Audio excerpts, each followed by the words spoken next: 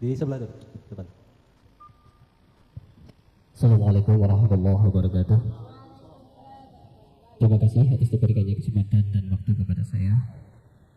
Saya hanya ingin menanyakan tentang, saya pernah baca dalam sebuah buku yang berjudul Islam dan Kebatinan. Di situ saya baca ada dua kitab, yaitu kitab Darmo Gandul dan Katoloco. Di situ bahasanya pakai bahasa Jawa yang tidak saya mengerti. Namun ada salah satu kutipan yaitu Zalikal Kitabu, di situ keterangannya, mohon maaf, bahwa kalau tidak salah bahwa Allah itu diibaratkan seperti anak vital seorang laki-laki. Jadi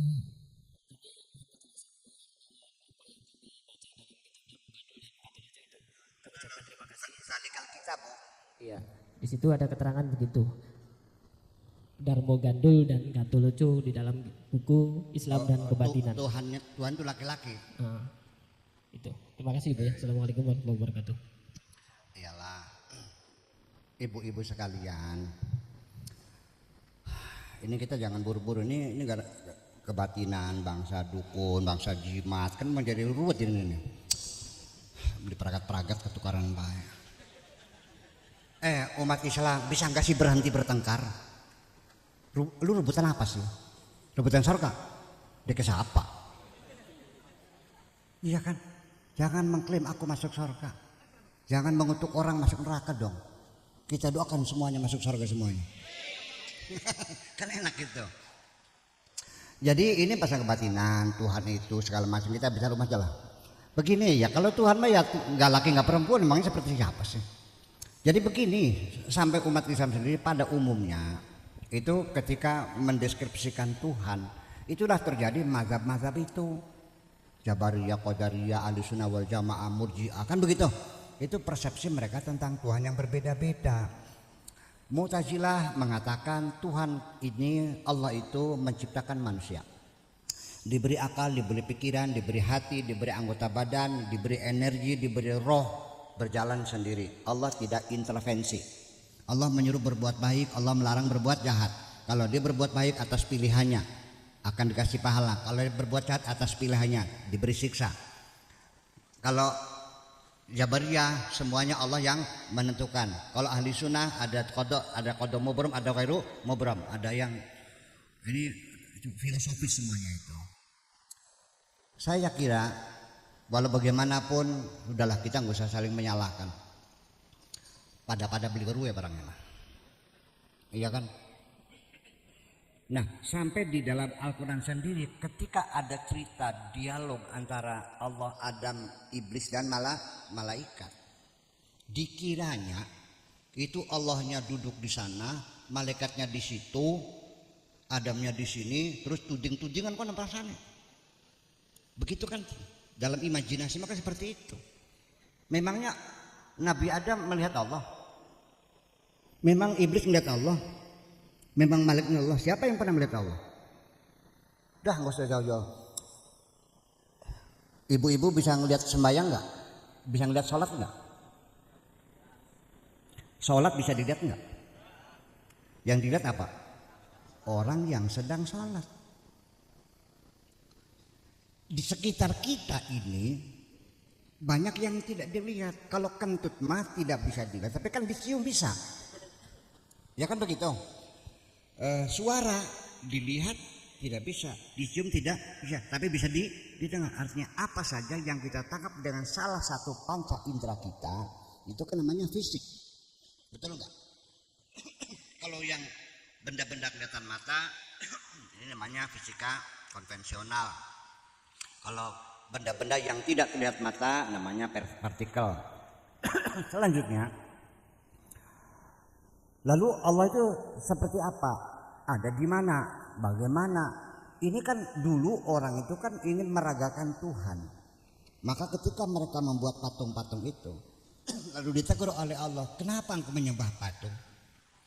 Mereka menjawab, wa ma na'buduhum illa liyuqarribuna ilallahi zulfa.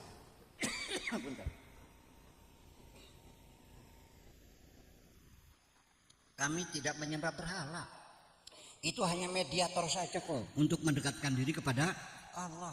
Itulah makanya agama-agama yang Tuhannya kelihatan mata berbentuk berhala, ketika mereka melakukan ritual sembahyang itu bisa nangis, Bu, karena betul-betul kelihatan Tuhannya.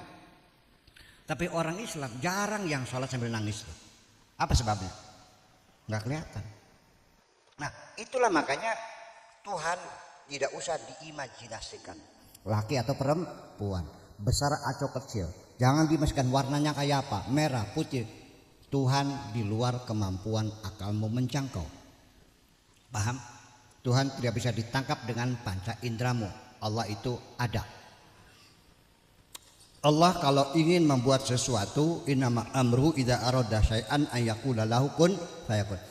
Jadi artinya sudah, jangan laki atau perempuan, besar atau kecil, rambutnya keriting atau lurus. Dia jadi secara fisik. Tuhan itu bukan seperti itu. Dia ada di mana saja. Tidak ada ruang-ruang kosong, tidak ada Tuhan. Semua Tuhan ada. Di mana kedekatannya lebih dekat dari urat nadimu. Paham deh? Saking parknya sama beli katon. Allah itu zahir. Nih, saya mau nanya, kolong adanya di mana? Ada di mana kolong? Longan ini kan longan. Ini Sorapa, Soramben. Longan Anda beli? Ada nggak longan? Ada. Di mana? Di Ranjang.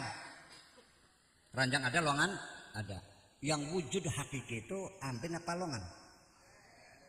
Ketika ambennya diangkat, longannya perginya kemana? Jadi wujud kita ini ibaratnya sama dengan longan. Adanya ini itu keberadaan yang nisbi. Kita ini sebetulnya nggak ada sebetulnya. Kita ini bayang-bayang, kita ini longan sebetulnya. Yang ada hanya Allah kok. Jadi ketika kita ingin membuktikan Allah, jangan mencari bukti. Nggak mungkin ada bukti. Allah tidak bisa dibuktikan dengan alam ini. Percaya nggak? Karena Allah itu wajibul wujud. Wujudnya hakiki. Tapi kalau alam ini minal mumkinat. Biar terminologinya. Mumkinat, tidak mungkin mumkinat dijadikan dalil kepada wajibul wujud. Mumkinatul wujud tidak bisa dijadikan dalil untuk membuktikan keberadaan wajibul wujud. Kita membuktikan amben bukan dengan longan. Oke, kita belajar tauhid Bu ya, belajar dulu ya. Percaya Allah ada? Mana buktinya? Ada langit, ada bumi, betul. Seperti itu. Ini untuk anak-anak kecil yang SD kelas 1 sampai kelas 6 padu asal manjing. Tapi kita yang sudah kaplak-kaplak ini, ngerti kaplak kok? Iya, jangan jadi anak kecil lagi, pakai logika dong. Masa langit bumi sebagai bukti adanya Allah? Gimana, nggak mungkin. Ini kerapuhan sekali, rapuh sekali. Oke, kita uji. Sebelum Allah bikin langit, bikin bumi, alam ini kan baru terjadi teori Big Bang oleh George Lemaitre. Itu kan 14 miliar tahun yang lalu ada ledakan besar. Ya, sehingga berkembang menjadi the expanding universe, alam semesta yang mengembang semuanya. Alam ini mengembang. Ya, bintang-bintang itu mengembang. Ada yang menjauh. Dari mana kita bisa tahu bintang itu mendekat atau menjauh? Kita pakai kaca reflektor. Nanti kita lihat cahaya bintang itu. Kalau bintang itu berwarna merah, berarti bintang itu menjauh. Kalau bintang itu warnanya biru, maka bintang itu mendekat. Alam semesta terus mengembang. Itu umurnya baru 14 miliar tahun. Nah, sebelum adanya Big Bang, sebelum Allah bikin langit bumi isinya, Allah ada nggak? Ketika saya tanya Allah ada nggak? Buktinya mana? Engkau akan kehilangan bukti. Ketika ditanya Allah ada atau tidak, ketika Allah belum bikin langit bumi, Anda tidak punya bukti. Oke? Paham begini? Kedua, apabila nanti kiamat langit bumi digulung semuanya, dan Allah berkata limanil mulkul yaum, siapa yang paling berkuasa di sini? Sudah nggak ada makhluknya. Lalu Anda, saya tanya, masih yakinkah Allah ada? Mana buktinya? Melongo nggak? Kenapa melongo? nggak ada langit, nggak ada. Anda akan terpaksa mengatakan Allah tidak ada karena buktinya nggak ada. Allah tidak perlu dibuktikan. Tetapi dengan Allah sebagai bukti membuktikan adanya alam semesta ini. Jadi kita ini ibaratnya kayak longan, tapi jangan diterusin nih. Jore buya, Gusti Allah kayak amben, ngaco sih mah. Jangan menyebutkan sendiri. Nah, artinya nanti ketika Anda nanti di akhirat ditanya oleh malaikat, mana buktinya Allah? Bingung. Tapi saya membuktikan adanya Allah bukan dengan logika saya, tapi dengan rasa saya. Ketika malaikat menanyakan, engkau yakin Allah ada? Yakin. Mana buktinya? Aku yang merasakan wahai malaikat. Itu persoalan. Jadi kalau istilah laki perempuan, wah aku masih nggak usah dipikirin lah laki perempuan mah. Nah, cuman ini kebatinan ini mungkin arahnya nanti masalah jimat-jimat, masalah jampi-jampi. Itu begitu kan lagi digencar ya gitu. Termasuk saya lihat juga di internet itu kan, setelah saya melihat video Buya Sakur, saya kagum. Ceramahnya hebat-hebat, tetapi begitu dia praktek paranormal, ternyata Buya Sakur musyrik.com. Ngomong apa gitu. Udahlah, saya tidak akan marah, insyaallah mangga. Surat wadanana masanya wata. Jadi saya menghargai orang yang mengatakan, karena saya bikin jimat bu, bukan jalur kemat kalau karena mana pak ya. Nah ini menjadi persoalan bikin jimat itu musyrik. Karena meyakini selain Tuhan ada punya kekuatan yang lain, namanya jimat, menjadi musyrik. Oke, saya paham. Orang yang mengatakan jimat itu musyrik, suatu ketika dia marah kepada bawahannya yang kerjaannya salah, nah, bawahannya yang lawan terus, sambil dia marah mengatakan, mulai hari ini kamu harus tahu, aku adalah pimpinan kamu di sini. Masa depanmu ada di ujung penaku, bisa kumutasikan ke tempat yang jauh di sana. Bayangkan, dia mengatakan jimat musyrik, tapi dia mengatakan masa depanmu ada di ujung penaku ini. Musyrik ada Tuhan lain, tapi kalau orang mengatakan masa depanmu ada di tanganku, berarti dia sudah menjadi Tuhan. Betul nggak? Jadi mana yang lebih musyrik? Ngaku Tuhan atau mengalah?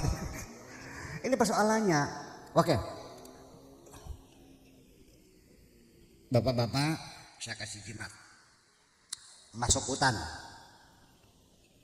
Ada macan, ada ular. Ini anti macan lah, anti bisa lah gitu. Artinya tegar nggak? Tegar. Oke. Satu orang lagi, saya kasih senapan. Masuk hutan. Lebih tegar mana? Bawa senapan apa bawa jimat? Dari mana yang lebih musyrik? Oke. Ibu-ibu bawa uang 50.000 ke Grage Mall, ke mall, supermarket. Karena tujuannya beli softtek. Uangnya 50.000, melakukannya kan dulu. Enggak celingak-celinguk enggak. Ya, belum bayar, udah laki. Ya. Tapi begitu bawa uangnya banyak, melakukannya talang-teleng. Gaya enggak? Dengan uang juga engkau semakin berani kok. Kalau begitu uang musyrik enggak? Ini yang jadi persoalan. Nah ini saya katakan ujung-ujungnya mah kebatinan, kejawen, wiwitan, apalagi segando, apa namanya? Segando. Ya macam-macam lah gitu. Stop. Jangan pernah memusyrikkan siapapun. Jangan mengkafirkan siapapun. Itu wilayah Tuhan. Terima kasih.